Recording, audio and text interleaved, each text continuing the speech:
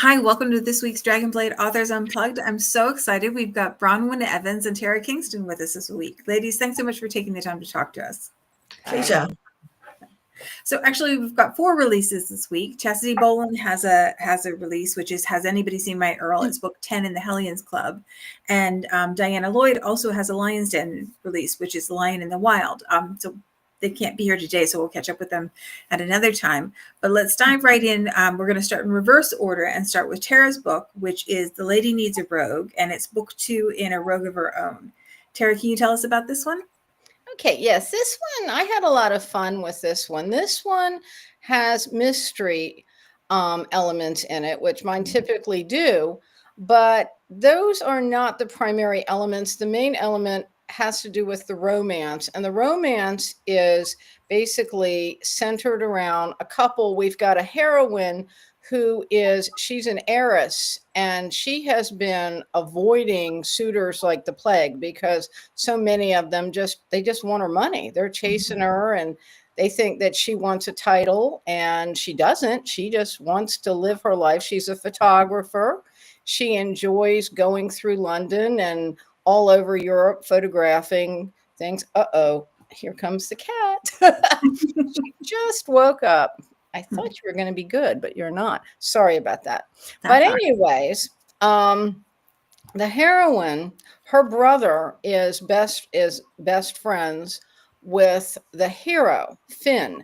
And she's known Finn since she was a kid and he was a teenager. So there's a little bit of an age gap, like a 5-year age gap. It was just enough for her to have a crush on him. Mm-hmm. But that never obviously panned out. She's off limits. She's his best friend's sister. Even as an adult, she's off limits. But circumstances pretty much force them together. And she decides to capitalize on it by employing him in a fake romance to scare off suitors. Oh, fun. And romance and mystery and hijinks ensue from that. Yeah. So. Oh, I love that idea. I love the brother's best friend and the fake romance mushed together. That's fantastic. And he's actually acting like as a bodyguard because she becomes endangered. There's a plot going around that she's involved in, and she's targeted, but nobody has any idea even why she's targeted. So, like I said, there is a mystery element, but that is not the primary emphasis. The primary emphasis is Finn and Macy. Oh, fun. So how does the series tie together? Well, the main tie is between the hero and his connections with the hero in the first book, Logan, who had opened and established this tavern, and Finn is now one of his business partners, and along with Macy's brother, they're all partners in this venture, and they're all kind of expanding. They're all businessmen at heart. Mm-hmm. And they've all been friends for a long time. So that's the main tie. So cool. How many more books in the series do we have? One more. And matter of fact, I just finished up the edits on that one this week. That one's called The Rogue's Runaway Bride. So that one hopefully will be coming out the end of the summer. Oh, fantastic. Well, there's lots to look forward to then. Great. So the next book that comes out this week is Bronwen's book, and it's Miss Tiffany Has a Secret, and it's book 1 in a brand new series for Dragonblade, although this is a re-release. Is that correct? That's correct. Yeah. Okay. And it's the season of secrets, so I imagine we're going to get lots of secrets. Yeah. It's really interesting because my way of writing is I have characters come to me first. And normally when I have, I think this is about my 30th book or something like that, I normally have the heroes come to me first. So my stories have always been sort of hero-centric, and this series is definitely heroine-centric. And it was a group of girls that came to me. They're all sisters, friends, all their brothers and families of friends. So there's a big group of them. There's 8 girls in total. So maybe there'll be 8 books. And the first book, Miss Tiffany Has a Secret, is that Tiffany is an orphan, and she lives with her uncle and aunt, and she's definitely a blue stocking, and her secret is that she's an incredibly a mathematician who is fantastic at investing. So she has she wants to raise money for herself, so she's not reliant on her uncle and auntie, and she also wants to have choices in life, and so she's not forced to just marry anybody. Right. What happens is the girls around her find out what she's doing, and they've set up this investment club, and she invests all their pin money. And what happens is it's really hard for women to invest in the Regency because of the debacle of the South Seas in the 1700s, and everyone blamed women for the crash of the share market back then because they said they didn't know what they were doing. And so it was very difficult for her to find a stock, they call them stock jobbers. And she uses her father's old stock jobber until suddenly the reports stop coming, the money stops coming. And when she visits the stock exchange, our hero, who's called Wolfhearth, and so everyone calls him Wolf, finds her at the stock exchange on her own, unescorted. And from there, he threatens to tell her uncle, and they come to some sort of arrangement. And because Wolf's needing investment advice too. So that's how it all starts. He's trying to pressure her into marrying him because he wants a marriage of convenience. He's got a terrible backstory with his first love, which I won't go into because that'll ruin the surprise. So he doesn't want a marriage with love. He just wants a marriage of convenience. And he thinks how great it will be to have someone that could actually invest all his family's money and make a return from. And so it goes into the mystery is what's the stock jobber doing and where's the money and what's going on. And so the two of them and the girls all do that. In the meantime, the girls challenge the boys to an investment wager over 12 months, winner takes all, and they do it anonymously. So the guys don't know who it is that's challenged. Oh, fantastic. And that's going to go across the whole series. So each book will develop that anonymous investing. So the girls have got to go out and listen to what they're doing because, of course, the men have got no idea it's the ladies. So they listen to what they're investing in, what they're talking about, and try and stay ahead of them. So that's my series of A Season of Secret. So each woman has a sort of secret that's going through this thing. And this is the first book in the series that sets it all up.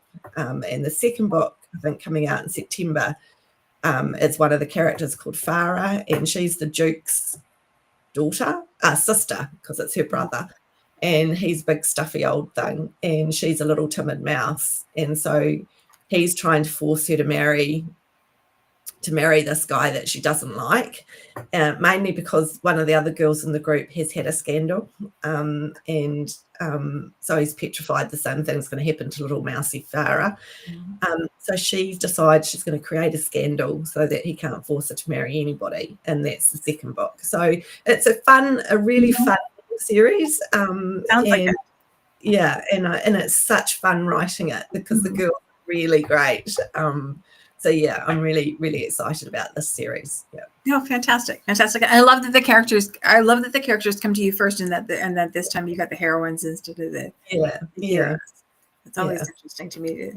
It's sad because I normally have a character and then I look at I normally write like a 2 or 3 page history from the day they were born to where they are now, and then try and work out what's their wounds and fears, and then what's the situation that would make that worse, and that's how my stories evolve. Interesting. Interesting. What about you, Tara? Do you get characters first or do you get plots first? It depends. Sometimes the characters come to me first. Other times I'll get an idea for a plot and I'm like, oh, this would be kind of fun. Now, in this series, I'd have to say the characters came to me first, especially for the first book. And then after I came up with the plot for that, then especially even as I was writing that one, other characters kind of sprung to mind. So I'm kind of I'm a plotter, but I also kind of evolve the plot, and here comes the cat. Say hi. Ow! What's his name? That is Miss Penny. Oh, Miss Penny. Oh, she's giving me a dirty look. Oh, I love it when we have kitties come visit. So, but she's being a little annoying. But anyway, sorry. I knew I should have put her in the basement. No, that's fine. That's fine. We're happy to see furry friends. So, but your plots evolve, as you go through, so you don't hold rigidly to. Oh yeah, it's kind of like if you've ever planned a vacation and you have a basic idea of where you're going, but then you discover new and interesting places along the road. And that's kind of the way it is, especially with me with characters. A character will come to me in the supporting roles, and then sometimes they'll evolve into someone that I really want to give their own story. Matter of fact, in the last book, the one I just finished up, The Rogue's Runaway Bride, there was a character who played a part, a female character, in that book and the previous one, in the one that we're talking about today, The Lady Needs a Rogue. And I'm really thinking about coming up with a story for her. Yeah, I think she kind of she kind of has earned her own story. Yeah, it's so cool when you get to know them well enough that they start, moving into their own space. It's fun for me too, because I got invited to be in the Dukes All Summer Long, and so I've taken a secondary character from this series, and that's in the Dukes All Summer Long coming out in June. So that's also from this series. Yeah, so it was just a sort of a side character, and I thought I'll give her story.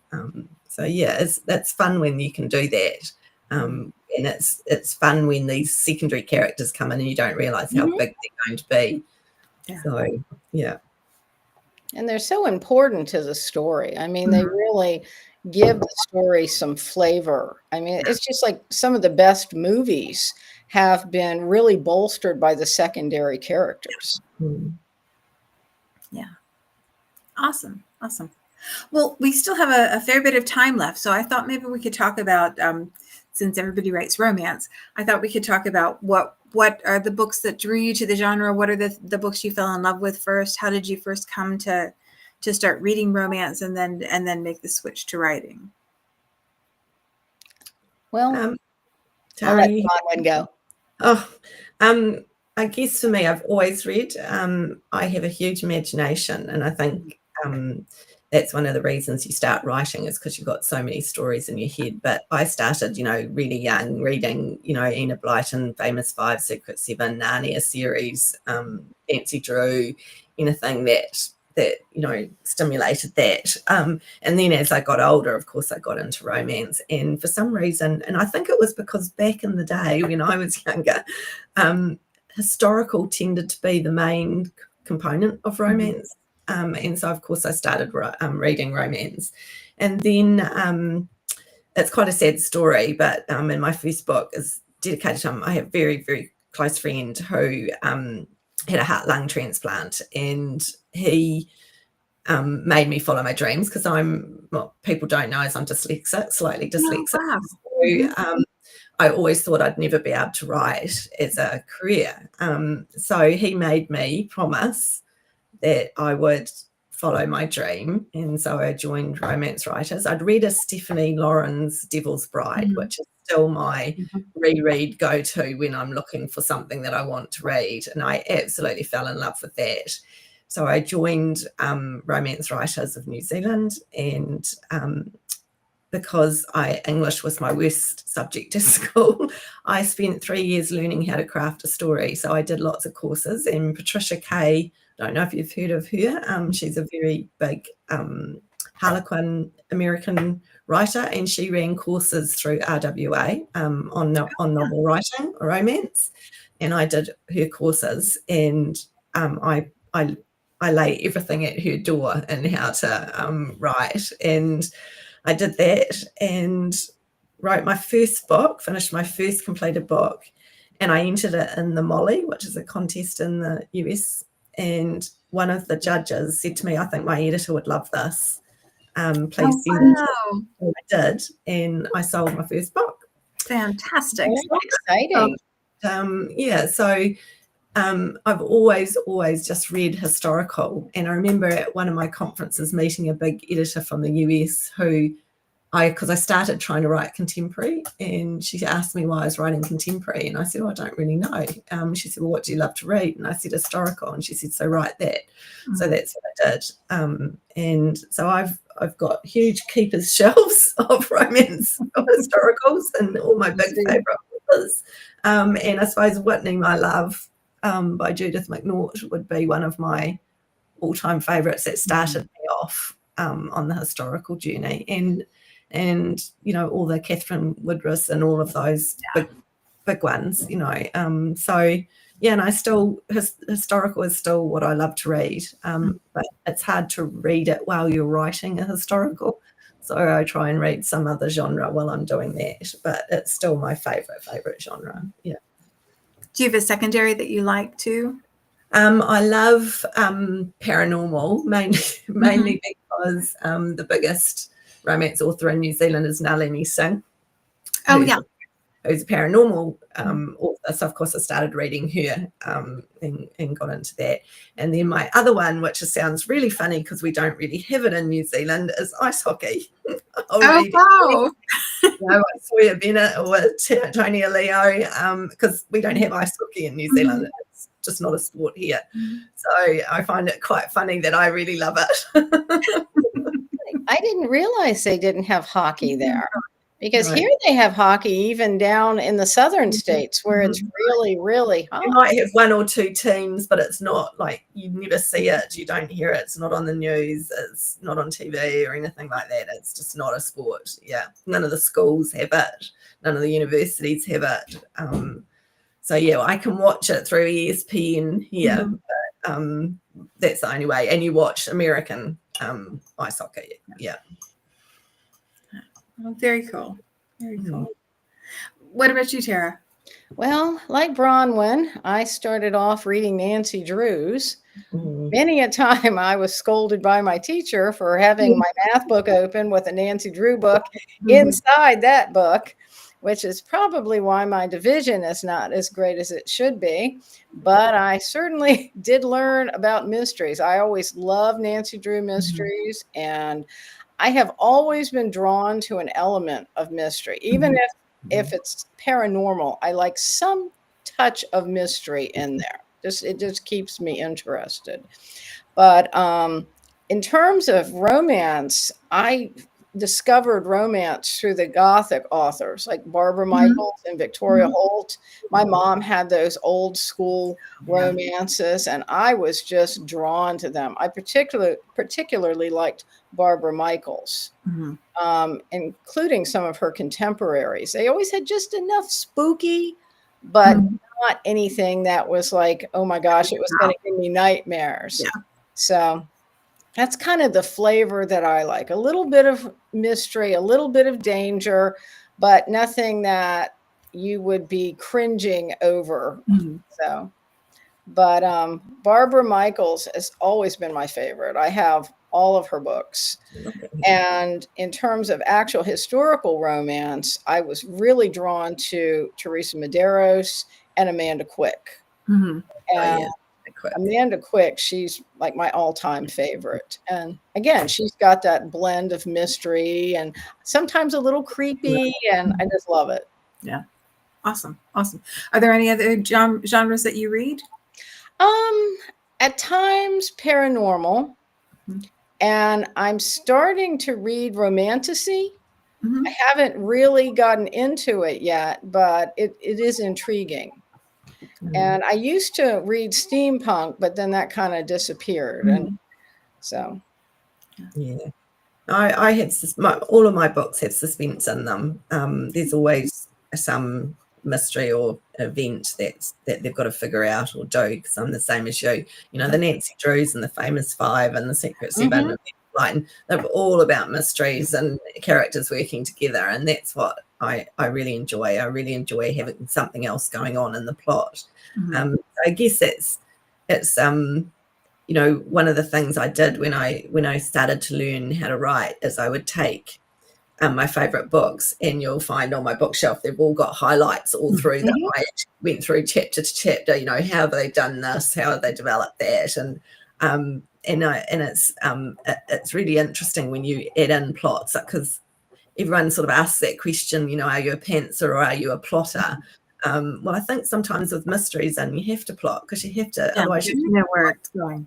Find yourself in a hole, and you can't get out. So, you know, I spend a lot of time plotting my books. I plot right down to scene by scene, so I actually know interesting. My book is completely finished in terms of what the story is before I even start writing it, and I think that's helps my process. I find sitting and looking at a blank screen without knowing what I'm going to write almost impossible.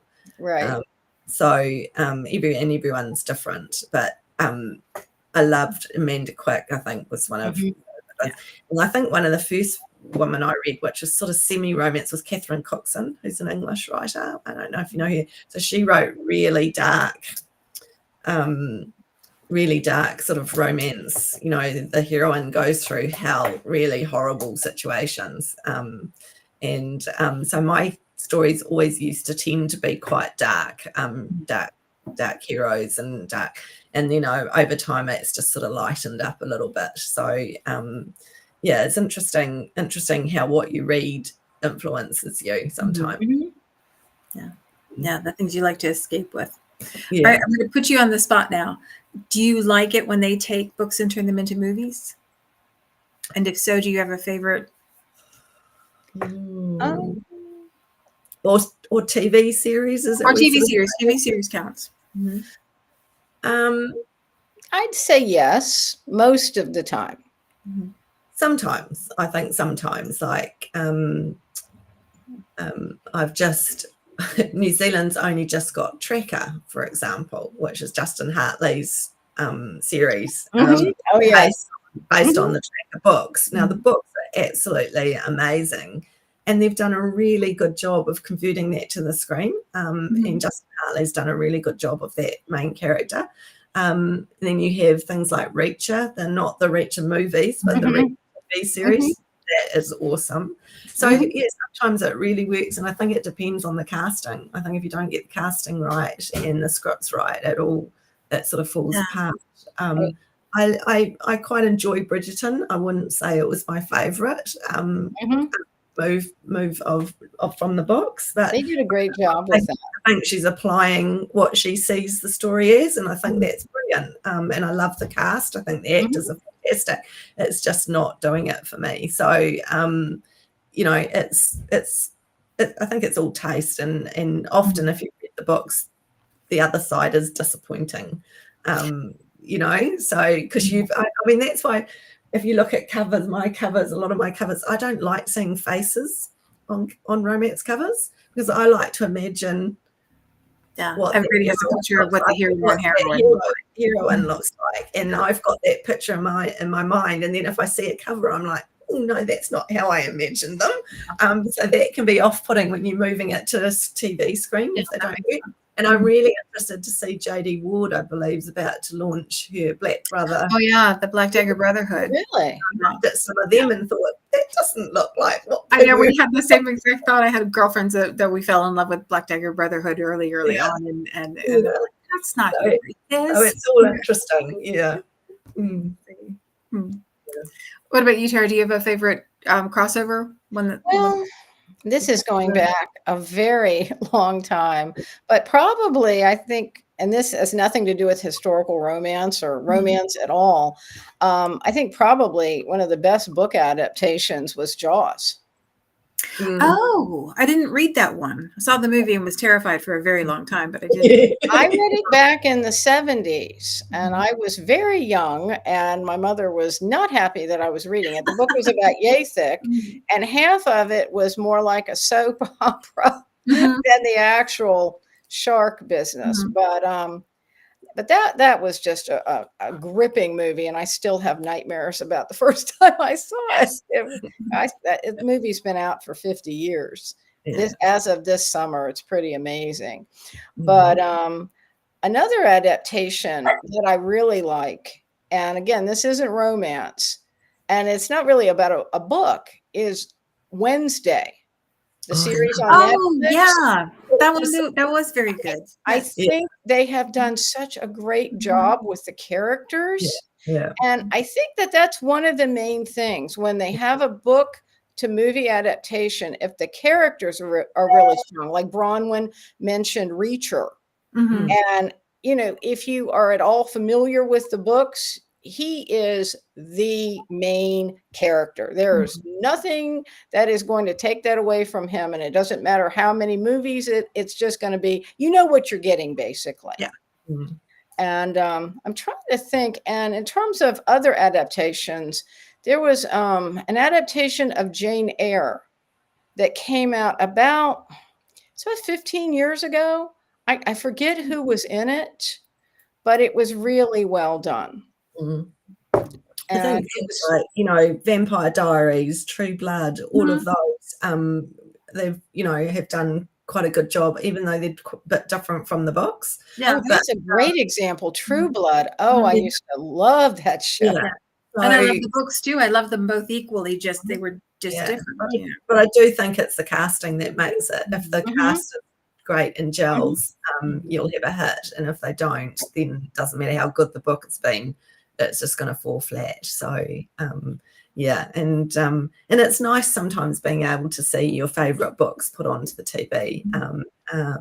So yeah, it's fun. Yeah, I think it's great. And you know, like Virgin River, I hate to admit it, but my first RWA conference, which I treated myself to when I sold my first book in Los Angeles, Robin Carr was the keynote speaker. I'd never ever heard of her.